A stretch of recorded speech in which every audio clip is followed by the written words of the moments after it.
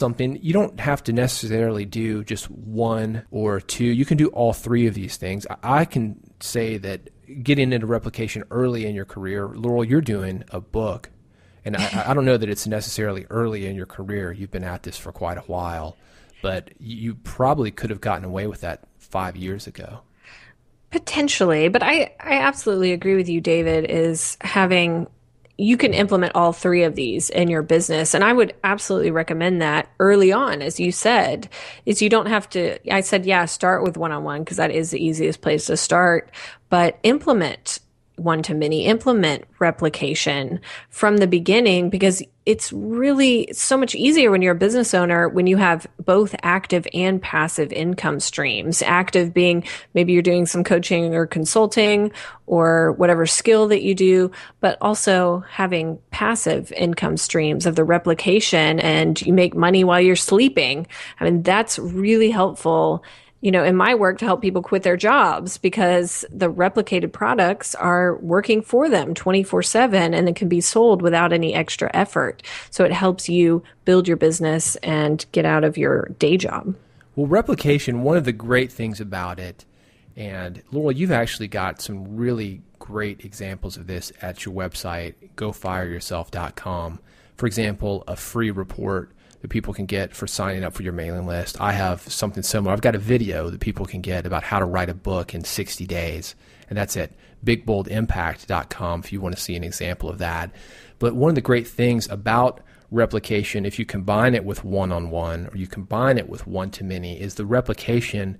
Each time you send out a report or a book or an audio, that's like a little tiny salesman doing work for you, and it helps people to get to understand who you are. It helps to build trust with people. So it's doing what I would call a shortcut on the sales process and getting people to come closer into you without you actually being there. So if you're still doing one-on-one, still doing one-to-many, as I mentioned earlier, it's not too early to get into replication. You might not sell a ton of them like you will in the future once you've built up a huge audience, but you can still use it to build your current business now. Plus, it'll get you in the process. And Laurel, as you know, with this being your first major book, there's a lot of things that you learn, and the second one is going to be a whole lot easier than the one you're writing now because of the things you're learning. I sure hope so. And I think, you know, I'm thinking about coaches while we're talking about this, because coaches are people who want to spread their message, have ideas, and use a lot of content marketing. So I have that on the brain as we're going through this. And I was saying that the best way to go here is one-to-one, one-to-many, replicated. But I think a lot of times when you start out, you go in that direction and then you almost go backwards. So you use the replicated material that you're doing, the reports, the ebooks, the books, to get people in your group program. So you sell them something inexpensive that you can replicate. You sell them on something that's more expensive, which is one-to-many, group programs, group seminars, live events. And then you try to get them in your platinum programs, which are even more expensive. And then you might sell them on the number one item that you have, which is the one-on-one coaching. So it seems like you go one way, you get successful enough that you can go back the other way.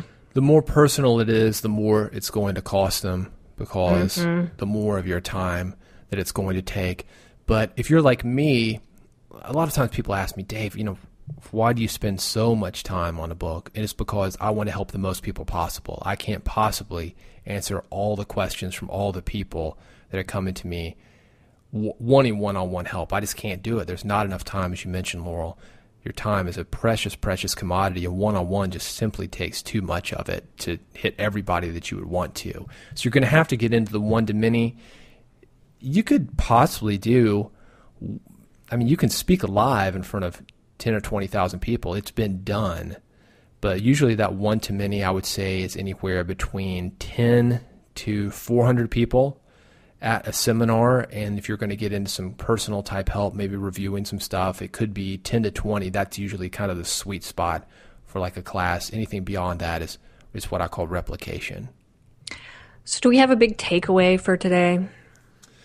Yeah, the big takeaway is if you've got an idea, the best way to start making money off of that idea is doing one-to-one work it would be a service business. It's you personally holding the hand of somebody and helping them to do what it is that you're able to help with, whether it's teaching them how to dance, or whether it's tutoring them in algebra, or helping them build a business. At that point, when you've got a lot of those one-on-one clients, or you're sick of that, or you just want to have a group that can work with each other and they can have benefits of that other than working with just you, one-to-many is a good one. That's a good step up. And I'm going to say that what we call replication, having a book or having an audio program, even if it's just a lead generation item for you to get people to the one-on-one or one-to-many programs, I think it's not too early to do that. To do something, even if it's just maybe 10,000 words that you sell on Kindle for 99 cents, kind of the equivalent of an ebook, or that you put into PDF and give it away for free. I don't think it's too early to do that. I think that we talked earlier about the magic of thinking big, episode number 21, redpodcast.com/21. And he talks about just jumping in. Don't wait for the weather to be perfect. And that action is what is going to overcome any fear that you have. So if you're worried about putting your stuff out there in a replicated sense, you don't like the way that your voice sounds, or you don't think that you're a great writer, go ahead and do it, or at least start the process. You don't have to release it. Just try it. And once you get working on it, you will see that you're maybe not as bad as you think you are, and you'll continue to grow, and you'll get to where you're good. Exactly. The sooner you start, even if the first ebook you put out is crap, the next one's going to be better, and the next one's going to be better. But you have to start for that to happen. Got to. So, Laurel, redpodcast.com. We got some exciting stuff coming up. The next episode, we're starting this. I can't believe we're almost there. So we're going to be giving away all kinds of cool stuff for our official launch on iTunes. So we're going to be giving away Amazon TVs, iPods. What are some of the other things? We've got Kindles. It's all the things that we have used to help educate ourselves, to grow our business. We've got some great books that we're going to give away, Blinkist.com subscriptions. We've got some great stuff. And this is stuff you'll actually use to grow your business. So all you have to do to get any of this or to be entered to win it is to go to redpodcast.com. You can see it on the main page, or go to /giveaway. And that has all the information. Just enter your name and email, and then we will be giving away things for 30 days. 30 days. We've got probably awesome. 50 or 60 things to give away. A lot to give away. redpodcast.com/giveaway. Laurel, thanks so much. I'll see you on the next episode. Thanks, David. You've been listening to Red Podcast, Real Entrepreneur Development. Subscribe today using iTunes, Stitcher, or via RSS at redpodcast.com.